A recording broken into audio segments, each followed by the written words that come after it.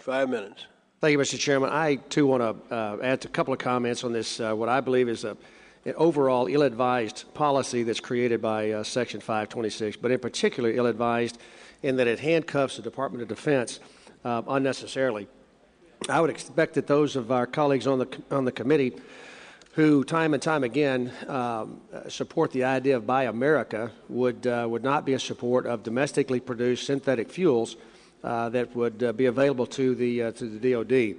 This Section 526 in its broad sweep excludes our North American allies as potential sources for oil, shale, and tar sands, substances that could be converted into fuel for our jets. This amendment also unnecessarily retards the growth in coal to liquids technology for deployment into a wider economy. The bill itself, or the section itself, in part says, unless the contract for purchase of fuel specifies that the life cycle greenhouse gas emissions associated with the production and combustion of the fuel supplier under this contract must on an ongoing basis be less than or equal to such emissions from equivalent conventional fuel produced from conventional sources.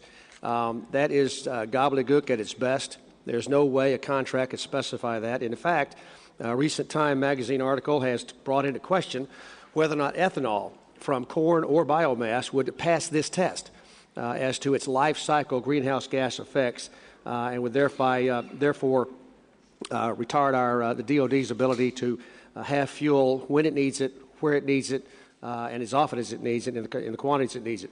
DOD, through the Air Force, has an ongoing commitment to produce 50% of its aviation fuel, which is the single largest fuel that the DOD purchases, is aviation fuel.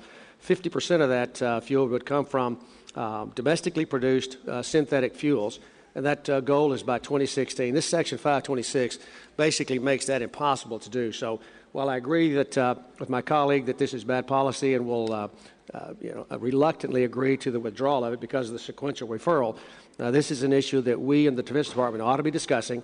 We can leave the broader aspects of the rest of the federal government and its implementation of Section 526 on the side.